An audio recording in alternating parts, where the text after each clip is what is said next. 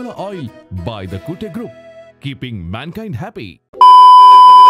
Keeping Mankind happy असं म्हणत कुटे group त्यांच्या उत्पादनांची जाहिरात करायचं. मात्र आता याच कुटे ग्रुपमुळे ज्ञानराधा बँकेचे ठेवीदार अडचणीत सापडले आहेत आणि सुरेश कुटे यांनी जवळपास 2470 कोटी रुपयांचा घोटाळा केल्याचे समोर आले आहे.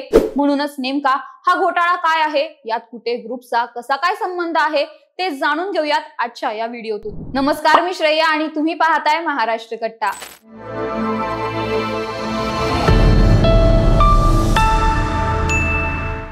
ज्ञानराधा मल्टीस्टेट घोटाळ्यात ईडीने मोठी कारवाई केल्याचं आपल्याला माहिती आहेच आणि याच घोटाळ्याशी कुटे ग्रुपचा संबंध आहे. सुरेश कुटे यांनी व त्यांच्या पत्नी अर्चना कुटे यांनी ज्ञानराधा मल्टीस्टेट बँकेच्या माध्यमातून ठेवीदारांना 12 ते 14% व्याज दराचा परतावा देण्याचे आश्वासन देत 4 लाखांहून अधिक ठेवीदारांकडून जवळपास 2470 कोटी रुपये गोळा केले. मात्र या ठेवींचा अपहार करत कुटे ग्रुपच्या विविध कंपन्यांना फसव्या कर्जाच्या स्वरूपात ही रक्कम वाटप करण्यात आली. कुटे ग्रुपने या रकमेचा गैरवापर केला आणि अनेक बँक खात्यांमधून हे पैसे काढून घेतल्याचं ईडीच्या तपासात समोर आलं आहे. यासंबंधी कुटे आणि कुलकर्णी यांच्या विरोधात गुन्हा नोंदवला गेला असून MPID कायद्याअंतर्गत मे ते जुलै 2024 दरम्यान विविध पोलीस ठाण्यांमध्ये गुन्हे दाखल झाले आहेत. मराठवाड्यात लाखो ठेवीदारांना आकर्षक व्याजदराचे आमिष दाखवत फसवणूक करणाऱ्या ज्ञानराधा मल्टीस्टेट बँकेवर ईडीने मोठी कारवाई केली आहे.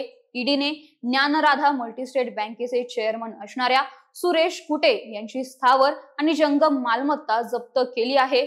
तर जप्त केलेल्या या मालमत्तेची एकूण किंमत रुपये 1433 कोटी 48 लाख रुपये असल्याचं सांगण्यात येत आहे. दरम्यान ठेवीदारांच्या विश्वासाचा गैरफायदा घेतल्याने या प्रकरणामुळे मराठवाड्यात मोठी खळबळ उडाली आहे.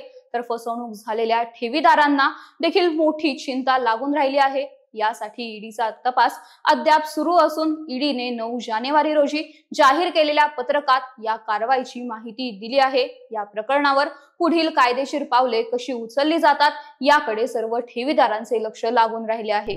तर यावर तुमचे मत काय ते आम्हाला कमेंट करून नक्की सांगा आणि या व्हिडिओला लाईक, शेअर आणि महाराष्ट्र कट्टा या YouTube चॅनलला नक्की सबस्क्राईब करा. धन्यवाद.